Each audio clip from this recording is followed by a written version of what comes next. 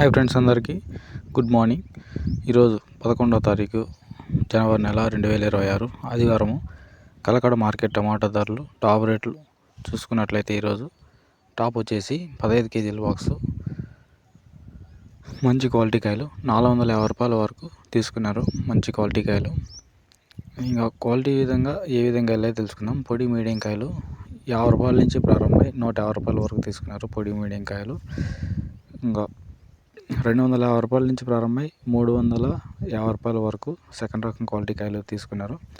250 rupees to 350 rupees వరకు తీసుకున్నారు. ఇంకా ఫస్ట్ కాయలు, తొలి కాయలు, మంచి కాయలు 360 రూపాయల నుంచి 420, 430, 450 రూపాయల వరకు టాప్ ధరగా ఈరోజు కలకడ మార్కెట్ అనేది వెళ్ళింది.